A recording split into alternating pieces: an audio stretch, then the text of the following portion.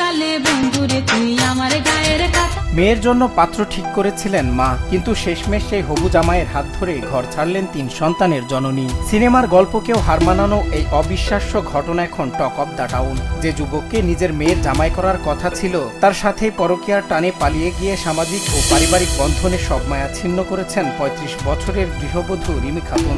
আরে বর্ষাকালে বন্ধুরে তুই মাথার উপরে। সবকিছুর শুরু হয় 1 বছর আগে একটি টিকটক পরিচয়ের মাধ্যমে। নিজেকে সেনা সদস্য পরিচয় দেওয়া 24 বছর বয়সী যুবক মামুনের প্রেমে মজে যায় রিমি। নিজের সাবালিকা মেয়ের সাথে মামুনের বিয়ে ঠিক করলেও মেয়ে তাতে তীব্র আপত্তি জানায়। অভিযোগ উঠেছে পরিবারের এই মানসিক চাপ সইতে না পেরে বড় মেয়ে পথ বেছে নিলেও মন গলেনি রিমির, বরং হবু জামাইয়ের সাথে প্রেম চালিয়ে যান তিনি। হঠাৎ একদিন আমার ওয়াইফ বলছেন যে অমুক একটা ছেলে আছে, অমুক জায়গায় থাকে, তোমার ফরিদপুরে থাকে, সেনাবাহিনীর ভিতর কাজ করে। ওই আমার মেয়ে বিয়েতে রাজি হয় না। নেক্সটে আমার ওই মেয়েটা মারা গেল। মারা যাওয়ার পরে তখন ওই ছেলেটা আমাকে বাড়িতে আসে, আর উনি আসে আমাকে আব্বু বলে ডাকে, ওর আমার ওয়াইফকে মা বলে ডাকে। লাস্টে এসে উনি এমন একটা দুর্ঘটনা ঘটাইছে বলা যায় না। হবজামার সাথে সেই শাশুড়ি চলে গিয়েছে, মেয়েদের বেজার সাথে সে শাশুড়ি চলে যাচ্ছে তার সাথে। মেয়েটা মারা গেল তো মার দোষেই। মা যেখানে কথা কছে মেয়ে সেখানে কথা বলতে বলে, মা মেয়ে তো শিকার না, মেয়ে তো শিকার না, সেই জন্যই তো মেয়েটা মারা গেল। এই ন্যাক্কারজনক ঘটনাটি ঘটেছে ঝিনাইদহের শুল্কুপা উপজেলার চর ত্রিবেণী গ্রামে। 17 বছরের সাজানো সংসার ফেলে গত 27 এপ্রিল স্বামী রাশেদ আলীর বাড়িতে না থাকায় সুযোগ বুঝে ছোট 2 সন্তানকে সাথে নিয়ে প্রেমিক মামুনের হাত ধরে উধাও হন রিমি। ঘটনাটি জানাজানি হওয়ার পর থেকে ত্রিবেণী সহ আশপাশের গ্রামগুলোতে বইছে সমালোচনার ঝড়। টিকটক করতে আমার বিটার বউ, টিকটক করতে করতে আমার বিটার বউর সাথে মামুনির সম্পর্ক হয়। সম্পর্ক হওয়ার পরে আমরা টের পাওয়ার পরে ধরেন আমরা চাপিয়ে দিই।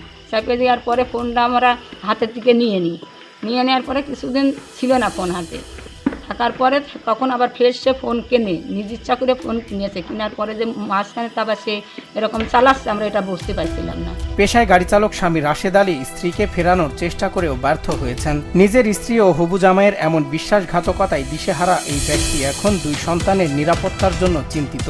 এ ঘটনায় শৈলকুপা থানায় একটি সাধারণ ডায়েরি করা হয়েছে। ভুক্তভোগী পরিবারের একটাই দাবি, স্ত্রী যেখানে যাক অবুঝ 2 সন্তানকে যেন বাবার কাছে ফিরিয়ে দেওয়া হয়। এই ছেলে হাসে আসা যাওয়ার পর থেকে অনেকগুলো টর্চারিং হয়েছে।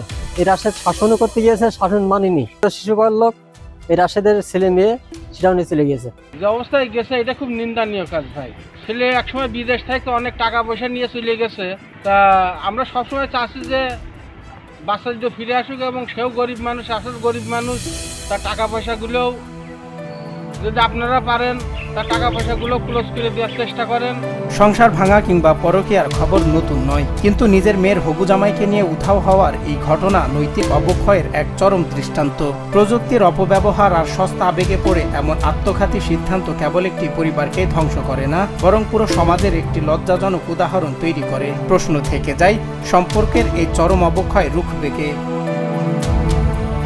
সজল বিশ্বাস, বাংলা টিভি।